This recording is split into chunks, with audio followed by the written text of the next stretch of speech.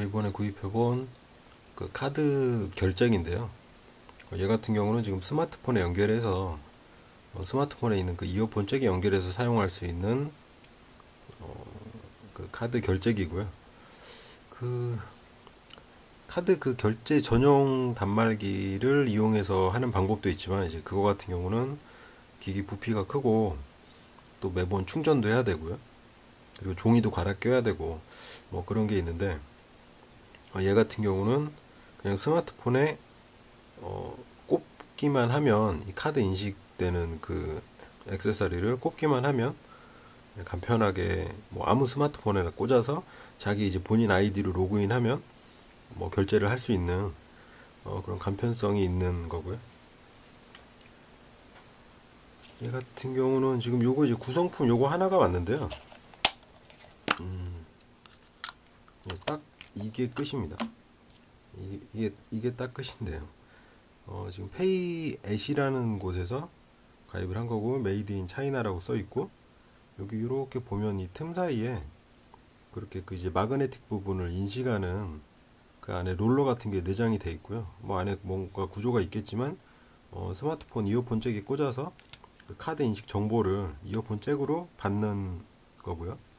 페이앳은 지금 이지스 엔터프라이즈 주식회사라는 곳에서 하는데 이거 하면서 조금 알아봤더니 그 얘네가 이제 직접 뭐 카드를 하는 건 아니고요. 카드사와 그 어떤 중간에서 그 중개 역할을 하는 회사가 되는 거죠.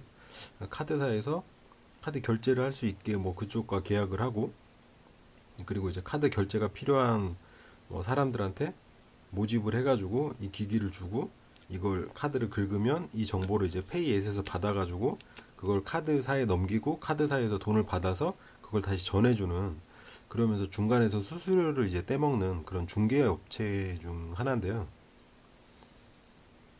페이앳 같은 경우는 지금 기기는 워낙 단순해서 별로 볼 건 없고요. 이 기기 값은 지금 9,900원인데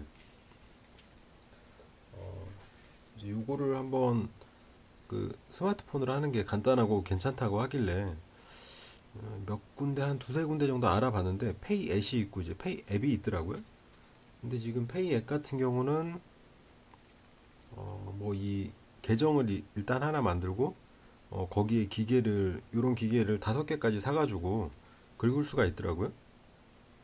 사실은 이 기계 하나만 있으면 어느 스마트폰에나 긁을 수 있는 거니까 뭐, 뭐 다른 사람한테 결제하려면 요거 그냥 리더기만 있으면 되는 거죠, 사실은. 그 어플에서는 아이디로 로그인하는 방식이기 때문에 기기에 어떤 뭐 인증 뭐가 있는 게 아니고 이 기기는 그냥 카드를 인식하는 그런 기계일 뿐이고 실질적으로 그 어떤 내 명의로 카드가 긁히는 거는 아이디 기반으로 이루어지니까요. 어느 스마트폰에서나 뭐 페이의 앱을 깔고 또는 다른 회사의 뭐 페이 앱이나 뭐 이런 것들을 어플 깐 다음에 본인 아이디로 로그인만 하면 거기서 긁는 카드는 자기 자기가 긁은 카드처럼 인식이 되는 그런 방식이라서 사실 기기에는 별로 의미가 없는 것 같고요.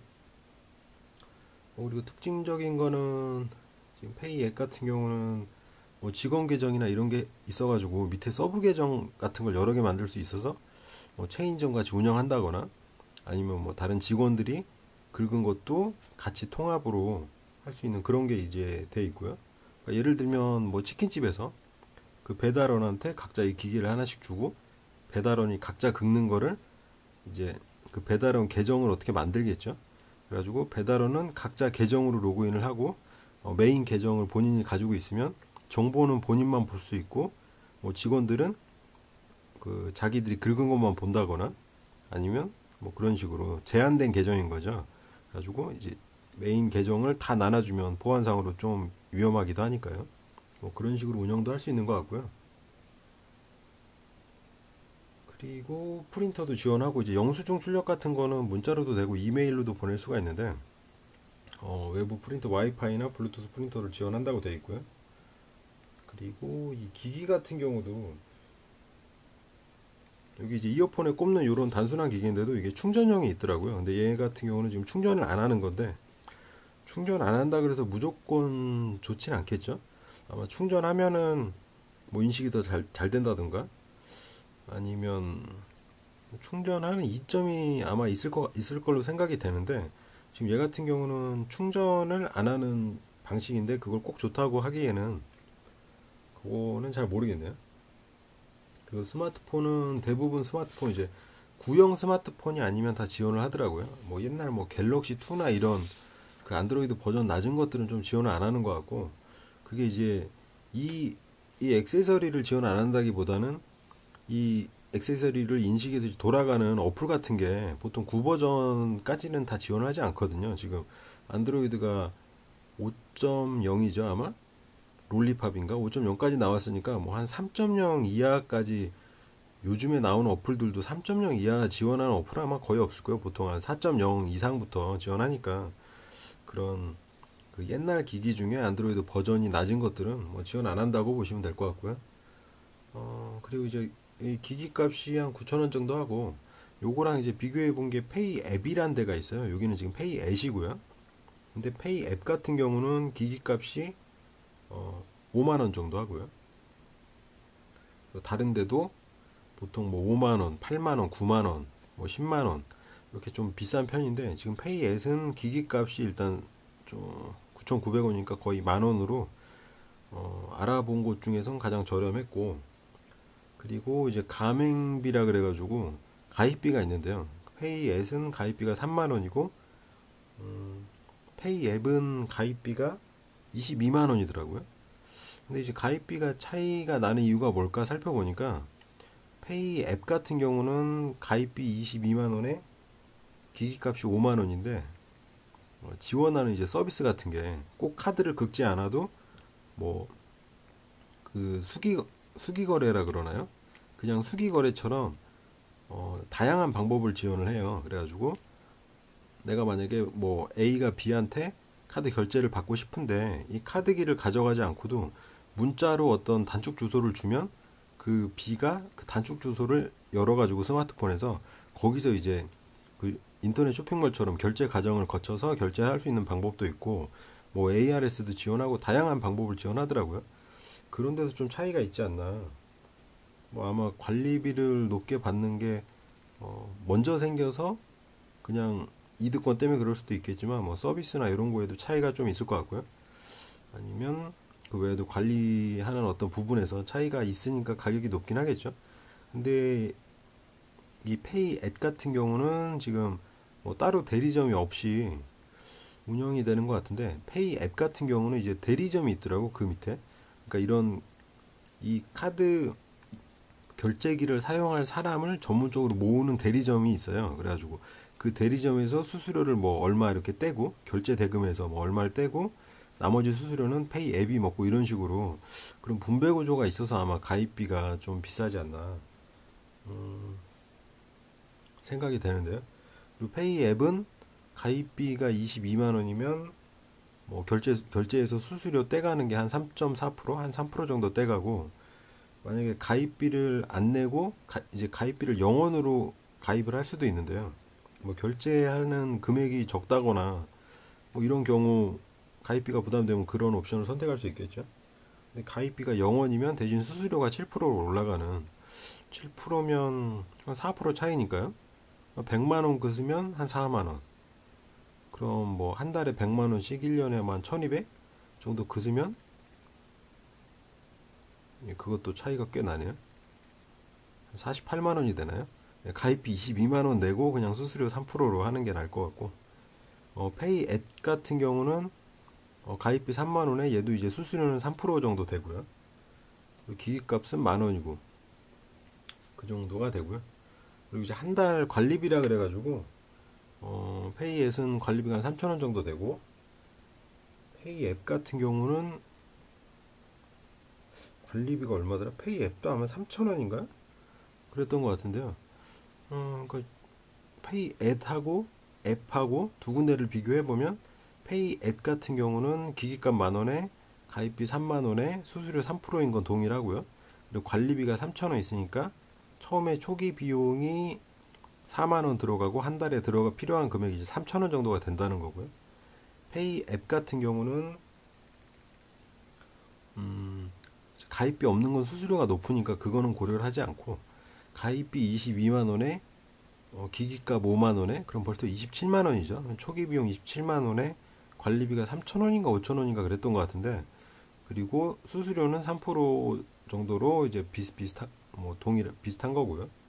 그러니까 초기 비용이 좀 많이 드는데, 꼭 카드 결제가 아니라 ARS나 문자나 뭐 다양한 그 수기 거래 방법이 필요하다면 페이 앱을 선택해야 되겠죠. 만약에 그런 게 아니고 그냥 소상공인으로 뭐 작은 개인 사업자로 이렇게 간편하게 분식집 같은 거 하면서 거기서 이제 가끔 발생하는 그 카드 결제 손님을 위해서라면 뭐 그냥 저렴하게 페이 앱을 사용하는 것도 괜찮은 방법일 것 같습니다. 그리고 뭐 특징이랄 거는 그렇게 없는데요. 또 한 가지는 얘네가 이제 그 중간에서 중개하는 회사다 보니까 얘네가 제가 이제 카드를 긁고 이 회사에서 저한테 돈을 줬는데 이 카드 결제가 잘못된 거일 경우 이 회사에서 다시 저한테 돈을 받아가야 되잖아요. 이제 근데 제가 갑자기 사라져 버려요. 그럼 회사는 얘네는 그냥 중개하는 회사인데 그 돈을 카드사에 지네가 다시 대신 줘야 되니까 그런 위험성 때문인지 보증보험이란 게 있어요. 근데 이제 보증보험도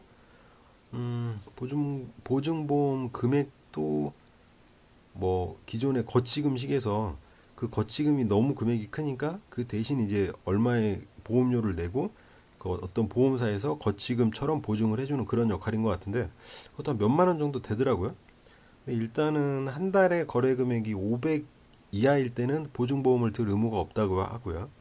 500 이상일 때는 보증보험이 필요하다고 하니까요. 그런 거 이제 좀 참고해야 될 것 같고요. 그리고 이제 가입할 때 가입 서류 같은 거는 뭐 서비스 신청서랑 뭐 몇 가지 서류가 필요한데 거기 보면 인감도장이나 뭐 이런 거 인감증명을 요구하는 게 있어요.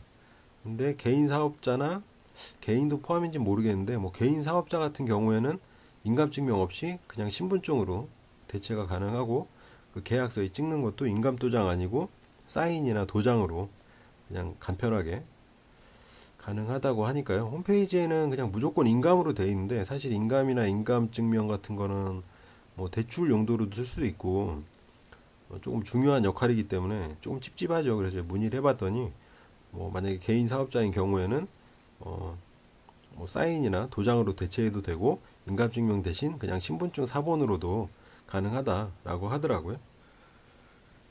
요렇게가 이제 페이 앱 설명이고요. 뭐 기계가 워낙 단순해서 직접 스마트폰에 꽂고 설명을 할까 했는데 굳이 그럴 필요도 없이 너무 단순하더라고요.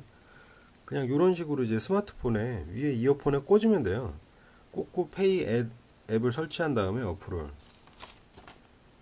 설치하고 이런 식으로 카드를 긁으면 이제 긁어보니까 너무 빨리 긁으면 잘 인식이 안 되고요. 너무 천천히 긁어도 적당한 속도로 일정하게 싹 긋어줘야 되는데 뭐 인식률이 아주 뛰어난 편은 아닌데 사용하지 못할 정도는 아니기 때문에 그래도 긁어서 할 수 있고 긁으면 여기 이제 페이 앱에서 카드 결제를 누르고 이런 금액이 나오는 화면이 있어요. 금액을 누르고 위에다 카드 긁으면 그 금액 이제 결제할 거냐고 묻는 창이 나오는 거고요.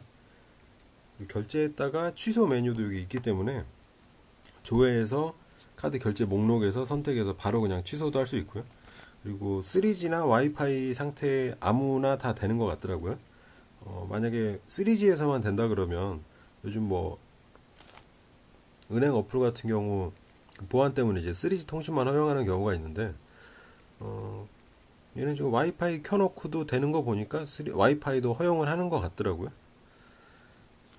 그리고 현금 영수증 식으로 해가지고 현금 영수증 이제 발행 기능도 있는데 그러니까 현금 결제도 받을 수가 있는 거죠. 아닌가요? 여기 현금 결제로 나왔는데 현금 영수증만 현금을 받고 현금 영수증을 발행한다는 게 현금 결제가 된다는 건가요? 그런 것도 되는 것 같고요. 그리고 이제 그 기존 카드기 같은 경우는 결제 내역이나 이런 거를 이제 얻으려면 그 대리점이나 그쪽에 전화를 해가지고 결제 내역 좀 보내달라 뭐 이런 식으로 했어야 되는데 얘 같은 경우는 이제 웹페이지에 접속을 하면 페이에서 접속을 하면 매니저 웹 접속 클릭을 해서 뭐 접속하면 거기서 이제 결제 내역도 나오고요. 날짜별로 정렬도 되고 매출 분석도 되고 거래 내역 조회 그리고 뭐 홈쇼핑처럼 상품 몇 개 목록을 만들어서 사전에 이제 결제할 때 금액이 아니고 어떤 상품을 그냥 클릭하면 그 금액이 결제되게 할 수 있는 것도 있고요. 직원 관리가 있고 리더기 추가 구매. 그러니까 얘 같은 경우 조금 장점이라면 결제 금액이 많지 않고 뭐 밑에 직원이 많은 뭐 치킨집이나 피자집 같죠. 그런 경우에 기기값이 보통 5만 원이거든요. 얘는 지금 만 원이니까 이거 여러 개 사가지고 그냥 쓸 수가 있는 거죠. 여기서는 지금 계정별 설치 가능 단말수가 5개로 돼 있는데, 그러니까 이 기기마다 뭔가 고유 번호가 내장돼 있겠죠. 그래가지고 그 인식할 수 있는 기기가 뭐 5개로 한정돼 있다던가 그런 것 같은데, 일단 기기값이 싸기 때문에 여러 명이 쓰기에는 부담이 없다는 거가 좀 장점인 것 같고요. 어떤 관리 프로그램이나 이런 것 차이는 저도 페이 앱을 사용해 보지 못해서 모르겠지만 결제 금액이 얼마 안 된다면 뭐 내역도 그렇게 별로 없는 거니까요. 일단 페이 S로 시작을 해보고 여기서 이제 불편하다 그러면 뭔가 더 필요한 서비스가 생각이 나면 페이 앱에 그 서비스가 있나 알아보고 거기를 쓰는 방법이 현명해 보입니다. 일단은 저렴한 걸로 어떤 서비스인지 체험을 해보고 써봐야 장단점을 알 수 있는 거니까요. 뒤쪽에는 뭐 카드 긋는 방법하고 직접 사용해 보니까 와이파이하고 뭐 LTE 3G 다 지원하네요. 직접 사용해 보니까 카드 긁었을 때 인식률 같은 거는 크게 문제 되지는 않고요. 또 긁고 나면 카드 정보 이제 전송하고 하는 과정이 있는데 와이파이에서 상에서 해봤을 때는 뭐 결제 속도나 이런 게 뭐 딱히 느리다거나 이런 건 아니어서 사용하는데 큰 지장은 없는 그 정도가 되겠네요. 예, 이상으로 스마트폰에 사용하는 액세서리로 사용하는 카드 결제 앱하고 액세서리인 페이의 서비스를 살펴봤습니다.